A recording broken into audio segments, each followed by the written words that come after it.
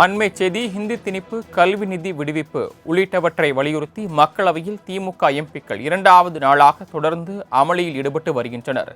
கூடுதல் விவரங்களை சிறப்பு செய்தியாளர் ஜீவபாரதி வழங்க கேட்கலாம். ஜீவபாரதி, விவரங்கள்.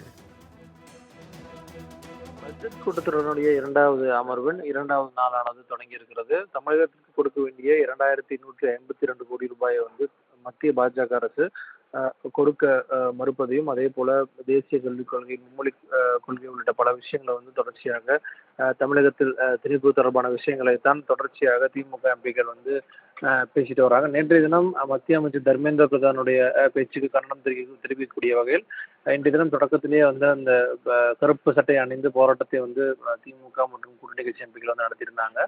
தொடர்ச்சியாக அவை தொடர்ந்து திமுக மற்றும் கூட்டணி கட்சி எம்பிக்கள் அவைக்குள்ளேயே தங்களுடைய முழக்கங்களை எழுப்பியவாறு இன்றைய தின இந்த அவையானது தொடங்கி இருக்கு. இது வரைக்குமே அவர்கள் அவர்களுடைய இருக்கையில் அமர்ந்தது அந்த அவையானது இன்னும் நடத்தப்படவில்லை. தொடர்ச்சியான முழக்கத்தை எழுப்பிட்டு வராங்க.